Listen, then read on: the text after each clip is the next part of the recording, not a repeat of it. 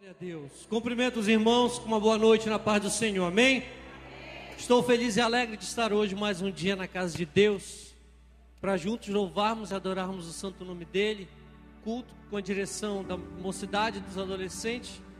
Tenho certeza que Deus já tem falado conosco nessa noite e continuará em nome de Jesus. Convido você a abrir a sua Bíblia na primeira carta de Paulo a Timóteo. Primeira carta de Paulo a Timóteo, capítulo 1, versículo 12 e 13. Aleluia. Sou grato a Deus pelo convite. O irmão Josué fez o convite para mim. Eu fico muito feliz de estar podendo atender. Glória a Deus. Eu louvo a Deus mesmo pela oportunidade. Primeira carta de Paulo a Timóteo, capítulo 1, versículo 12 e 13. Diz o seguinte: e dou graças a Deus que me tem confortado a Cristo Jesus, Senhor nosso, porque me teve por fiel, pondo-me no ministério. A mim, que dantes fui blasfemo e perseguidor e opressor, mas alcancei a misericórdia, porque o fiz ignorantemente na incredulidade. Deus e Pai que está no céu, obrigado por estarmos aqui. Senhor Deus, a Tua palavra, depois que ela é lançada, ela não volta vazia. E a Tua palavra diz que o crer vem pelo ouvir, e o ouvir da Tua palavra. A Tua palavra será lançada neste momento, e que ela possa alcançar os corações. Apenas usa-me como instrumento nesta noite, eu te peço, em nome de Jesus, amém. Pode tomar o teu assento, dando glória a Deus. Aleluia. Vida com propósito. Quando foi passado o tema, e o tema referência é muito bom, e eu tenho palavras, principalmente quando a nossa igreja teve um dos temas anuais, Caminho de Propósito e Providência Divina. Eu tenho palavra em relação ao propósito. E aí eu comecei a perguntar para Deus: Senhor, qual é um propósito assim bom? E uma vez eu acordei na quinta-feira, de manhã cedo.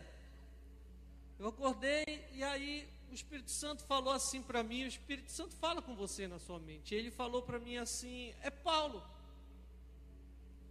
E aí eu, na hora, Josué, falou: é verdade.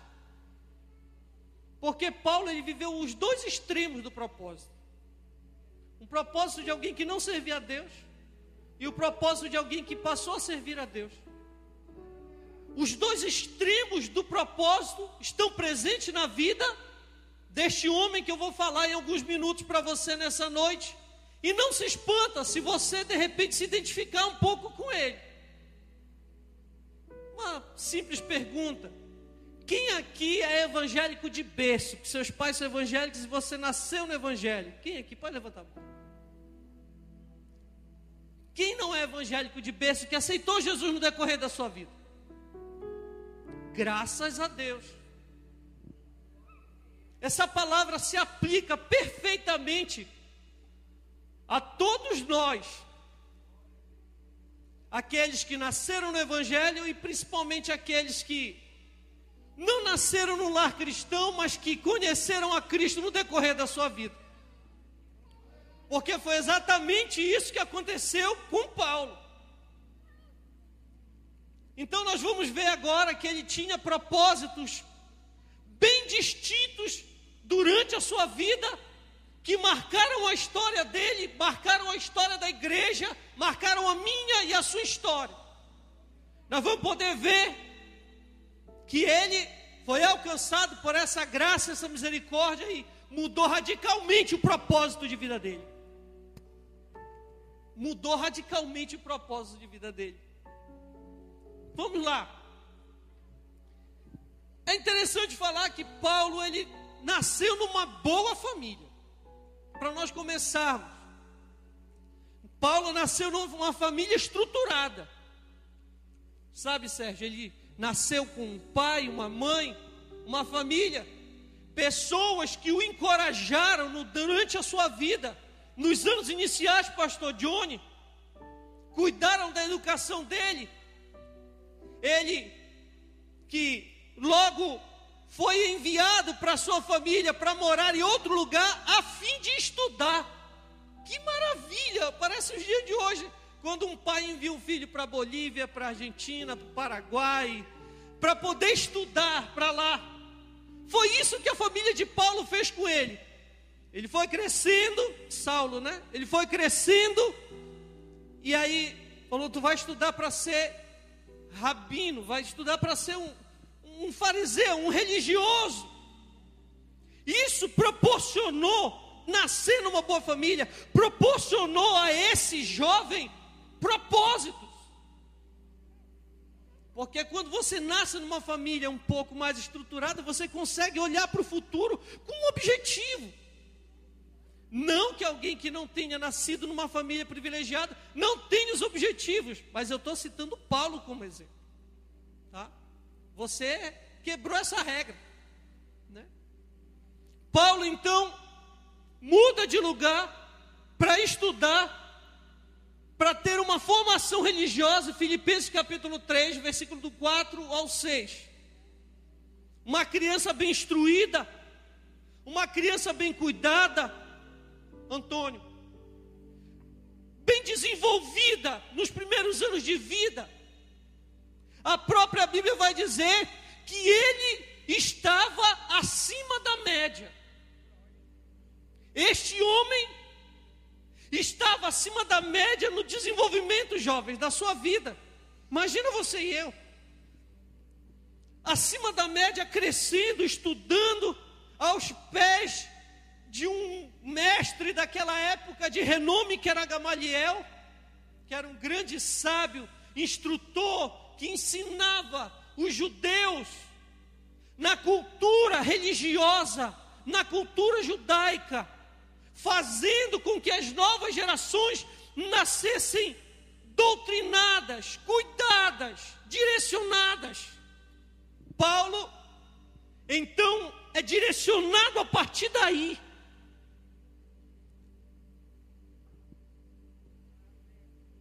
Mas o propósito de vida deste jovem, que ia se tornando homem,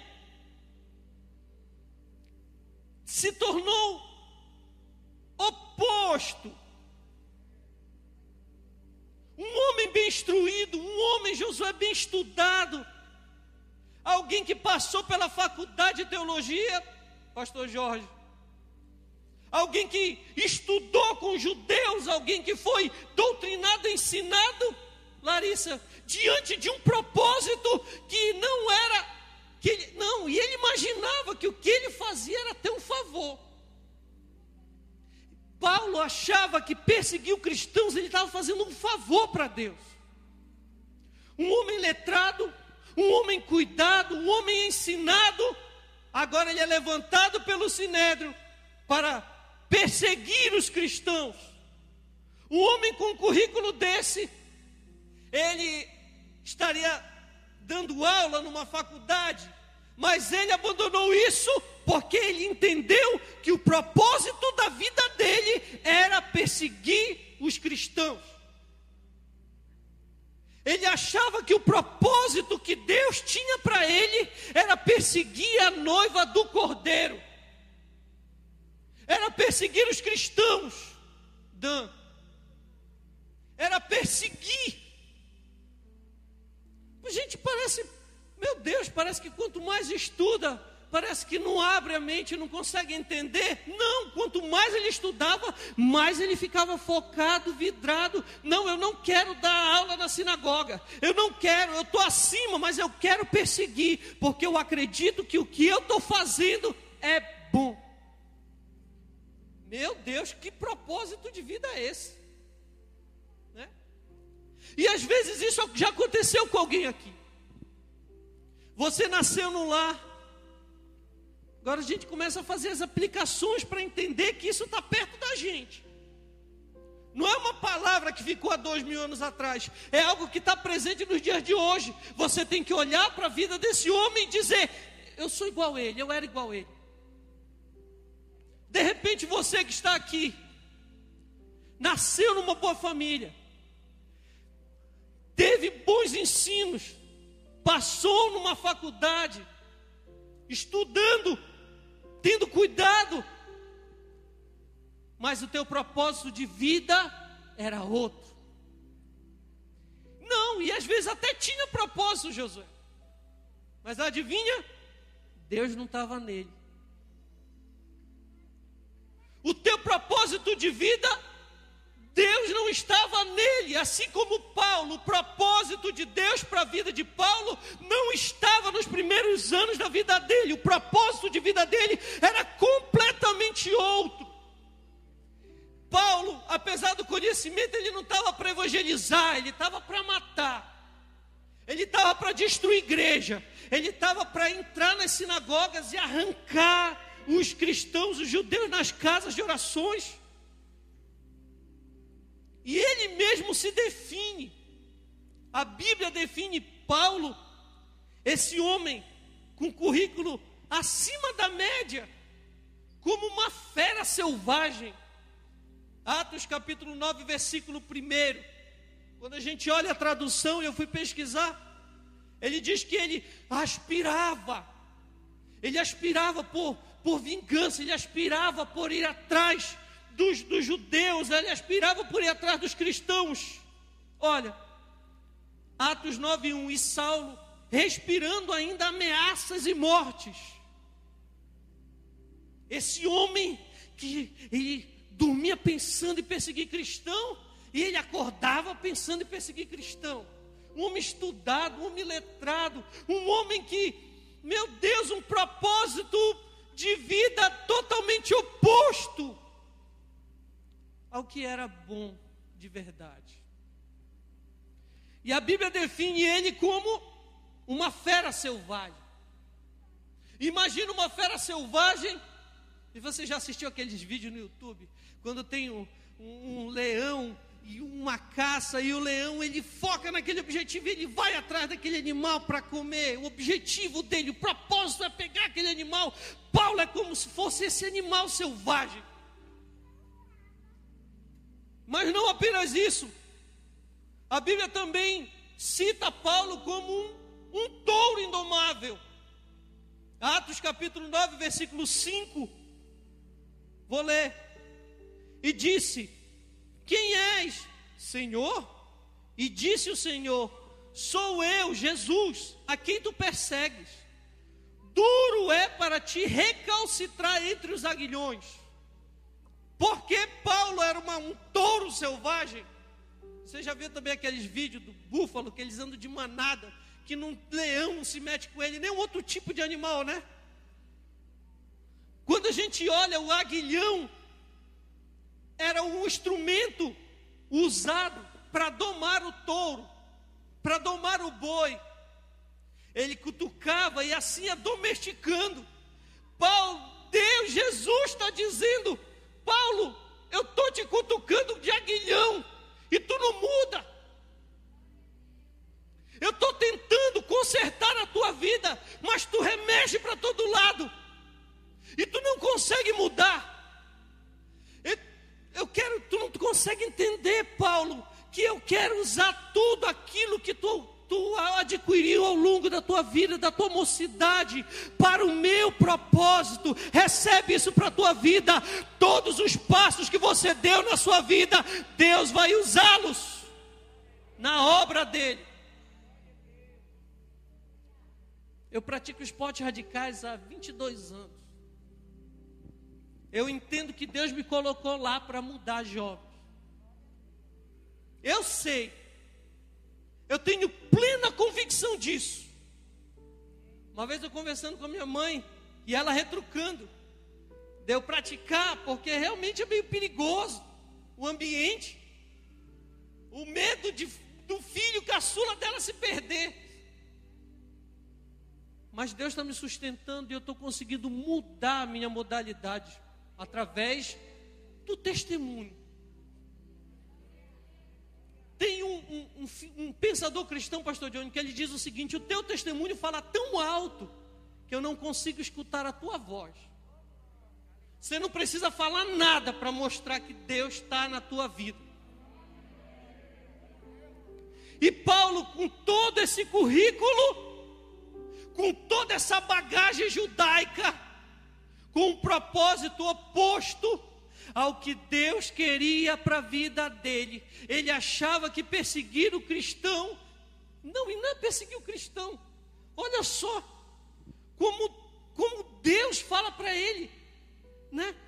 Quando Deus chama para ele, ele diz assim: é tu que me persegue. Olha só, e ele disse: quem és? Paulo falando. E ele disse: Paulo, quem és, Senhor? E disse o Senhor: sou eu, Jesus, a quem tu me persegue. Sabe por quê? Porque dentro de cada crente que prega, que faz o trabalho do evangelismo, que anuncia, por mais que timidamente, você não precisa ser um mega pregador. Se tiver uma fila aqui, Luiz, assim, e disser assim, faz isso, e você na tua consciência não precisa falar nada, vem para cá, e você mudar de direção, você já está dando o testemunho de Deus. Então, a perseguição que Paulo estava exercendo, Deus, Jesus coloca em primeira pessoa. Paulo, tu não está perseguindo João, tu não está perseguindo os apóstolos, tu está me perseguindo. Jesus disse: é tu que me persegue. Tu acha que tu está perseguindo só os cristãos que estão pelas casas pregando? Não, tu está me perseguindo. E às vezes você estudou, se formou, está trilhando um caminho maravilhoso na tua vida, mas ainda não está debaixo do propósito que Deus quer para você. E eu vou te falar uma coisa, aqui quando Deus fala para Paulo Luiz, que estava cutucando aí com o zaguilhão, é porque Paulo estava sendo alfinetado por Deus. Dentro dele ele já estava sentindo que ele tinha que mudar, mas ele insistia em não mudar. De repente Deus está cutucando o teu coração todo dia: vem para mim, faz a minha obra, faz o meu evangelho, prega a minha palavra, anuncia aqueles que precisam, e você ainda insiste, retraído: eu não quero, eu não vou, não é isso, eu acho que não é isso que Deus quer para mim. Era exatamente isso que Paulo estava fazendo. Ele estava indo, Deus chamando ele para a obra, e ele ali, o aguilhão cutucando daqui, dizendo: não vou abrir mão do que eu acho que é certo. Até que chega uma hora, irmão, que Deus pega esse touro bravo. Até que chega uma hora que Deus vai domar essa fera selvagem, irmão de hoje. Não tem coração duro para o evangelho. Não tem aquele que possa resistir o poder do evangelho. Não tem fera selvagem que não possa ser transformada. Não tem touro bravo que não possa ser amansado, porque o domador de touros está aqui nessa noite.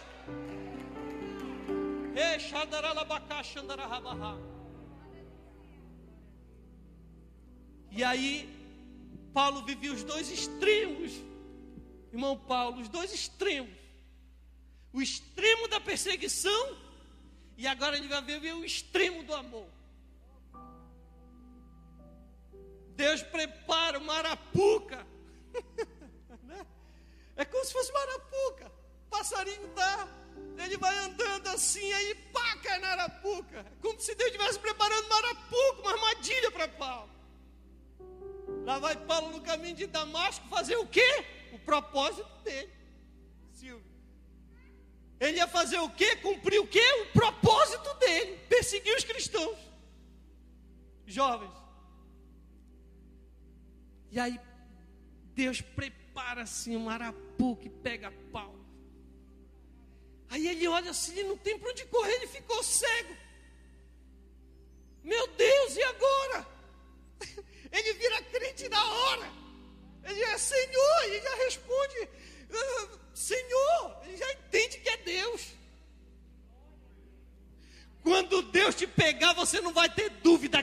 te chamando. Quando Deus se manifestar na tua vida, você não vai ter dúvida que é Deus que está te chamando para a obra, para o ministério, para evangelizar nessa geração. Paulo não tinha dúvida, ele sabia que era Deus. Vou ler de novo, olha só. Versículo 5. E ele disse: quem és, Senhor? Eu já sabia que era Deus. Ele recebia as agulhadas dos aguilhões. E aí Deus se apresenta: sou eu, rapaz. Estou tentando mudar a tua vida há tanto tempo, te colocar diante de um novo propósito. Eu quero usar a experiência de vida que tu já teve para o propósito que eu quero te colocar.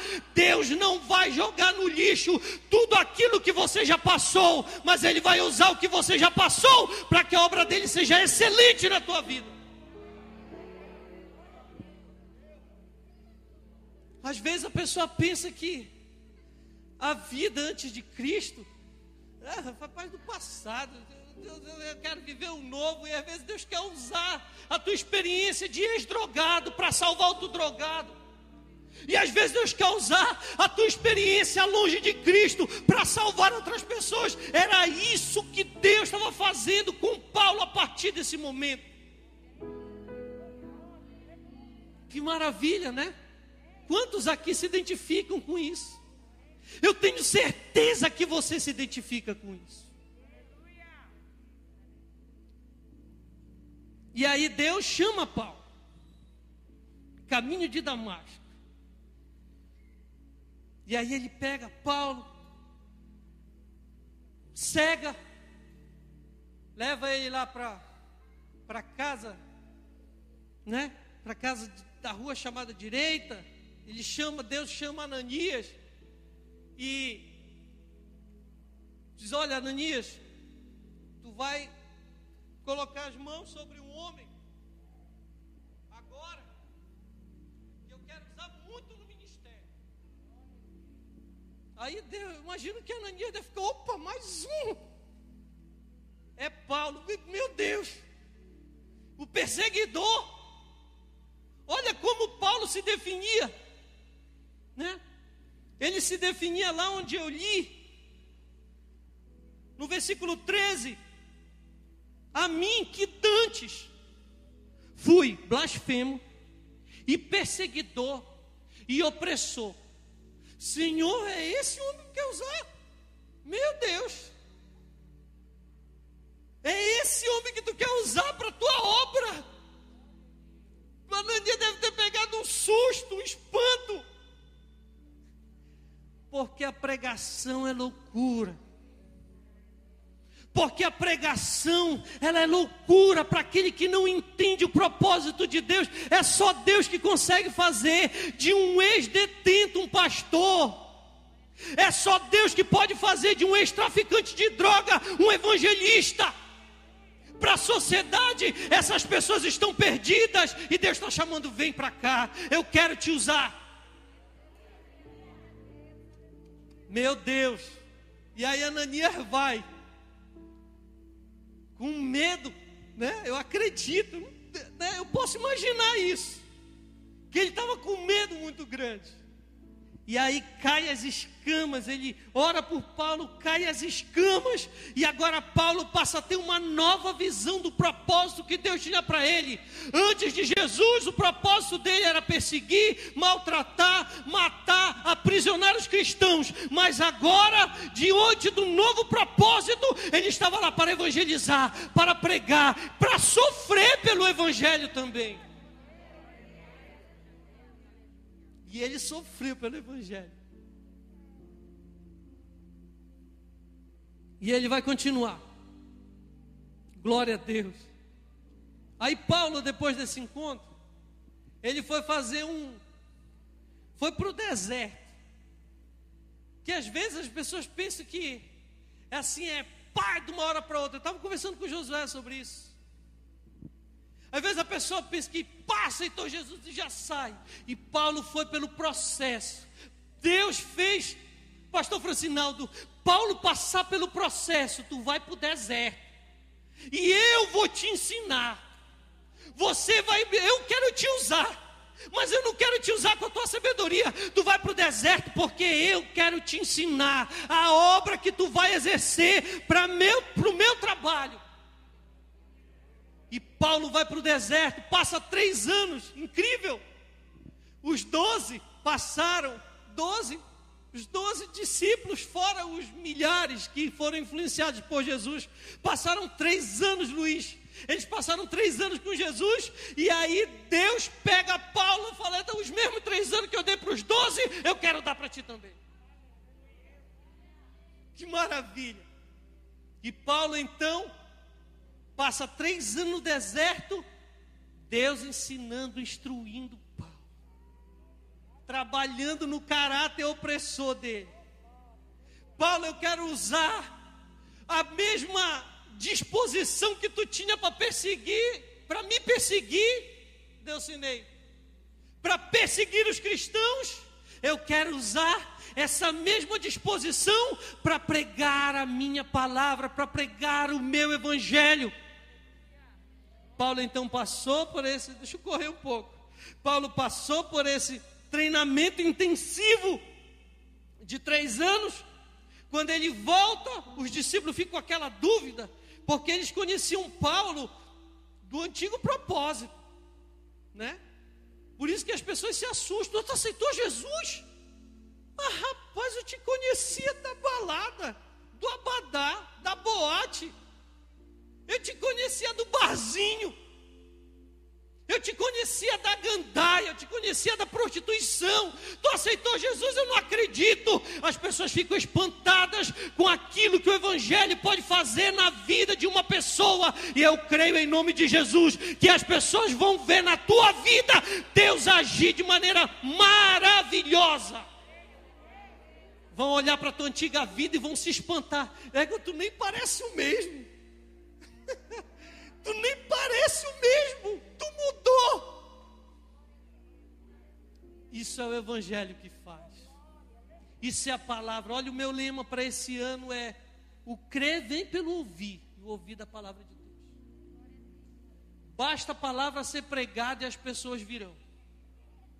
Eu não vou precisar puxar pelo braço, puxar pela orelha. Basta pregar e as pessoas virão. Porque não é nem por força, nem por violência. Nem por força, nem por violência. O crer vem pelo ouvir. Pessoas estão ouvindo, mas não é qualquer coisa. Não é meu testemunho. É ouvir a palavra. É ela que transforma. É ela que muda. É ela que te coloca no novo propósito. Paulo então, Deus usa Paulo com essa ousadia. E eu coloquei aqui um dos muitos exemplos. Eu usei aqui para a gente concluir essa mensagem. Um exemplo dessa ousadia de Paulo. O exemplo, jovens, Paulo no aerópago. Chega lá no aerópago, todo mundo adorando o seu Deus, né? Todo mundo, e Paulo começa a pregar. Eu falo: olha, o Deus que eu prego, ele fez o céu, a terra e o mar, e todas as coisas que acontecem de Ney, foi ele que fez. E esse Deus, e a pessoa: não é que esse homem, esse tagarela aí falando para a gente, falou: não, eu prego Deus. E quem é o Deus que tu prega? Está ali o altar dele. Isso não é estratégia de evangelista. Isso não é estratégia de missionário. Tinha lá, irmão, um altar. Eles tinham tanto medo de faltar alguma coisa para eles adorarem. Eram tantos deuses naquela época, que eles tinham medo de repente esquecer de adorar alguma divindade. Aí tinha lá um altar ao Deus desconhecido. E Paulo: é aqui que eu entro. Sabe esse Deus desconhecido que vocês não conhecem? Pois é o Deus que eu estou pregando para vocês. É esse Deus que pode mudar, que é o dono de todas as coisas, que é o dono da minha vida, que é o dono daqui de Roma, que é o dono da Grécia. Esse Deus poderoso, esse Deus aqui do altar, o Deus desconhecido, é o Deus que eu prego, é o Deus que muda, é o Deus que salva, é o Deus que transforma, é o Deus que muda o propósito de vida. Fique em pé.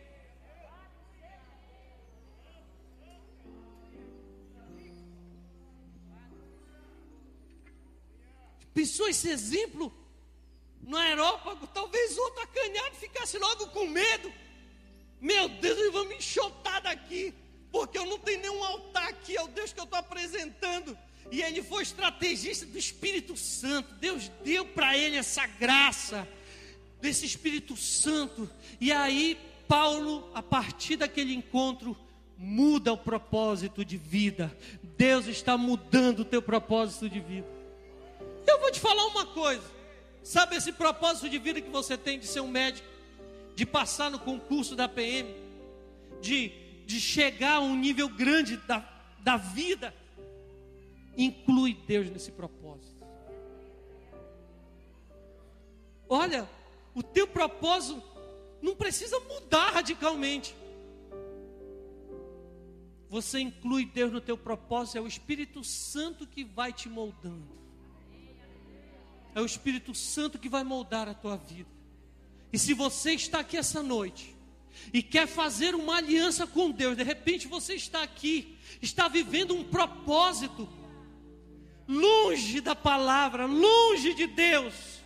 Hoje é o dia que Deus te chama para te colocar no propósito da vontade dEle.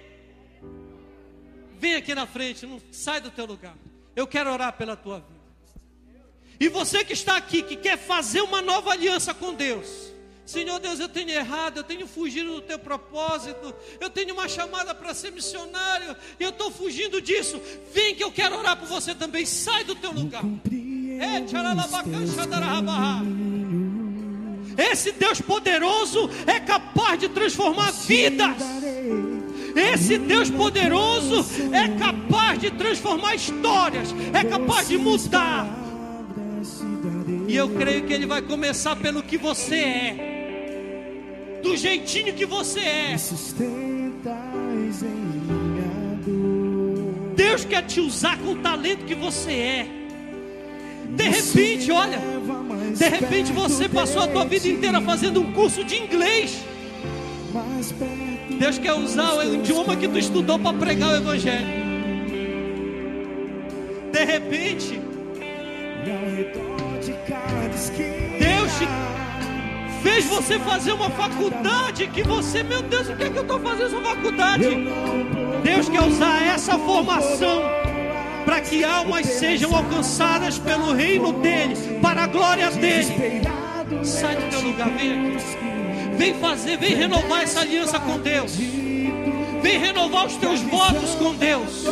Vem incluir Deus nos teus propósitos. Vem incluir Deus na tua vida. Vem incluir Deus no teu chamado. Você às vezes acha que eu estou só cumprindo um espaço no tempo e no lugar. Mas Deus te trouxe aqui para Ele mudar a tua história.